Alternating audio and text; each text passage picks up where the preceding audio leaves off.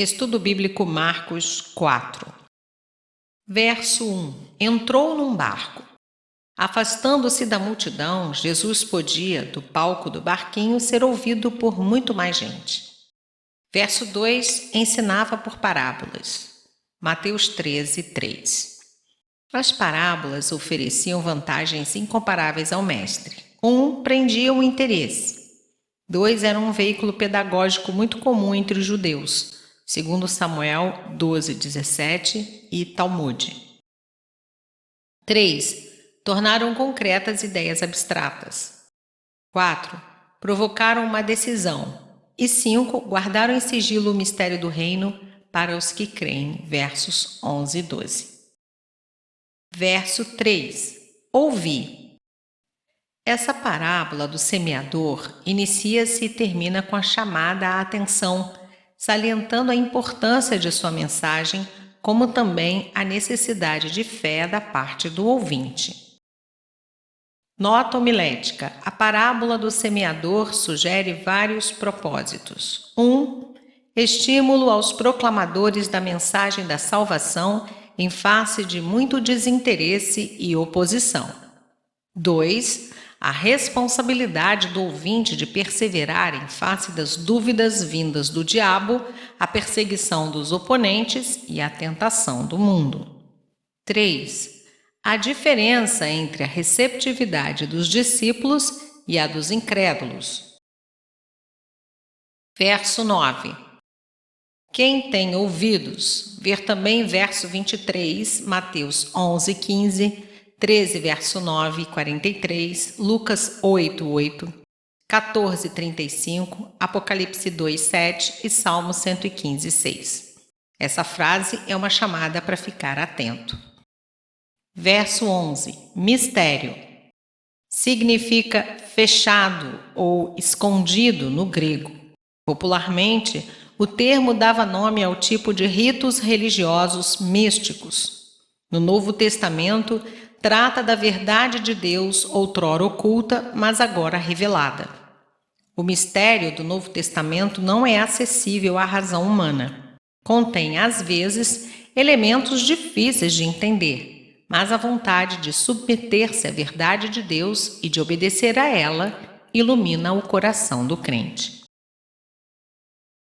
O principal mistério é a revelação de Deus e seus propósitos na pessoa de Jesus. Mateus 16, 17. O mistério se refere, portanto, à revelação divina especial. Romanos 16, 25, Efésios 1, verso 9, 3, verso 3 e 9.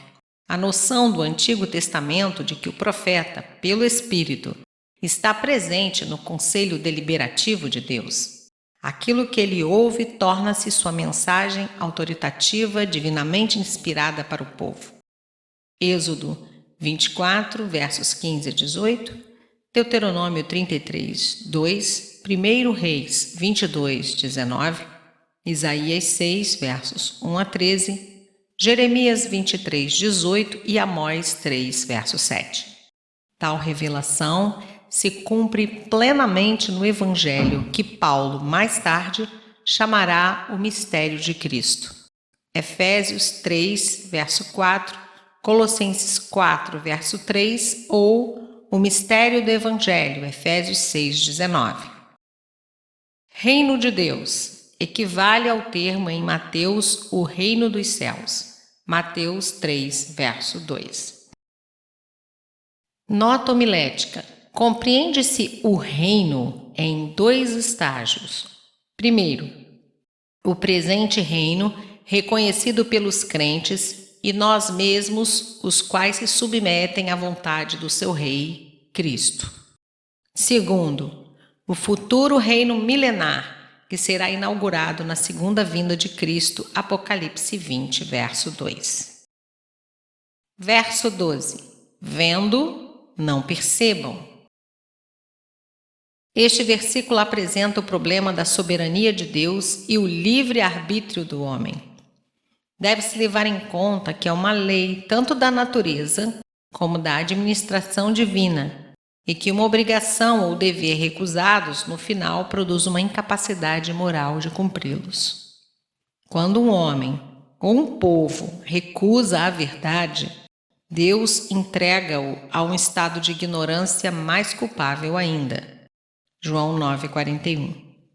Isso não quer dizer que se negue a eleição de Deus ou a livre escolha por parte do homem. Romanos 8, versos 29 e 30. Nota homilética. Versos 13 a 20. 4 reações à pregação do Evangelho. 1. Coração duro tem o diabo em pleno controle. 2. O coração instável que espera displicentemente por uma cômoda viagem para o lar celestial. 3. O coração egoísta quer o que há de melhor no Evangelho e no mundo. Mateus 6, 24. 4. O novo coração preparado por Deus. Ezequiel 36, 26. Verso 17. Logo se escandalizam. Escandalizo vem de scandalon. O verbo só ocorre em literatura bíblica e cristã, referindo-se ao pau que segura a isca e aciona a armadilha. Verso 19. Iscariotes.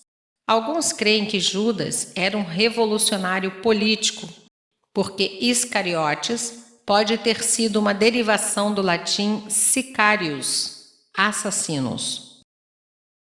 Mais provavelmente, no entanto, a palavra deve ter uma origem semítica, ish, que significa homem, e Keriot, uma cidade em Israel perto de Hebron. Josué 15, 25. Versos 21 a 25. Parece que a aplicação dessa parábola aqui refere-se ao ministério do reino. O propósito de Deus não é de guardar para sempre o Evangelho e seu Messias ocultos num cantinho da Palestina. Após a morte, a ressurreição de Cristo e o Pentecostes, eles serão manifestados ao mundo inteiro. Mateus 5, versos 1 a 16 e Lucas 8, 16. Versos 26 a 29. Essa parábola só se encontra em Marcos.